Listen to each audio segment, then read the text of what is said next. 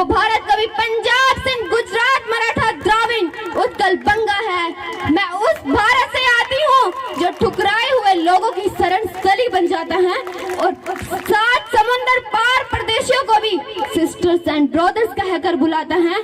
मैं उस भारत से आती हूँ जो वसुधैव कुटुंबकम के सिद्धांत पर जीता है और मेरा भारत वो नीलकंठ है जो खुद विष पीकर दूसरों को अमृत दान देता है।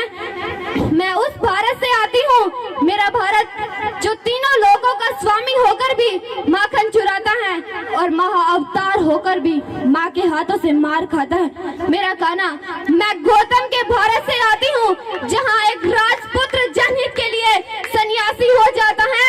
मैं राम के भारत से आती हूँ जहाँ पिता की एक बात पर बेटा वनवासी हो जाता है। मैं उस भारत से आती हूँ जहाँ एक स्त्री को उसके स्वाभिमान से पहचाना जाता है। मैं उस भारत से आती हूँ जहाँ एक स्त्री को उसके स्वाभिमान से पहचाना जाता है और एक कुंवारी माँ को महासती कुंती के नाम से जानता है और 5 पतियों वाली द्रौपदी को देवी माना जाता है। मैं उस भारत से आती हूँ जहाँ पर एक कुंवारी माँ को महासती कुंती के नाम से जाना जाता है और मेरा भारत उस वीरता की ताकत है। मेरा भारत उस वीरता की ताकत है। मेरा भारत वीरता की वसुंधरा है। यह अहिंसा का जन्म स्थान है, लेकिन कहीं पर अगर नारी का अनादर हो जाए तो यहाँ का बच्चा बच्चा हनुमान है। मैं उस भारत से आती हूँ जो वीरता की वसुंधरा है। मैं उस भारत से आती हूँ जो शांति का पहला शंखनाद है और मानवता का अंतिम आसरा है। मैंने आज अपना परिचय इसलिए दिया क्योंकि प्रणाम करके परिचय देना हम भारतीयों की परंपरा है। पढ़ो हमारा इतिहास जो हमारे मस्तक पे छपा है। अरे पढ़ो हमारा इतिहास जो हमारे मस्तक पे छपा है। एक दुशासन ने हमारी बेटी का आंचल खींच ली तो हमने 100 भाइयों की चिता जला दी।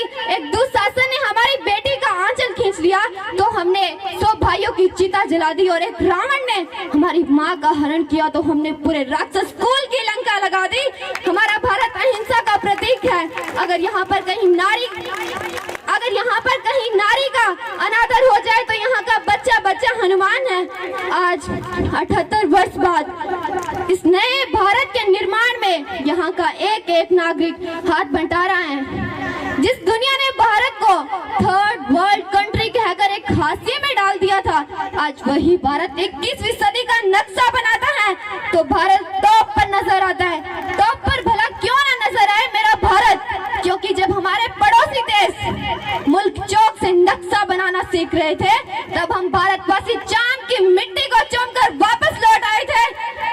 यह तो सिर्फ शुरुआत है ऊंचा और होगा मेरे देश का तिरंगा और बुलंद होगी इरादों की इमारत और पूरी दुनिया कहेगी भारत महान। जय हिंद, जय भारत। वाह, बहुत खूब, निशब्द।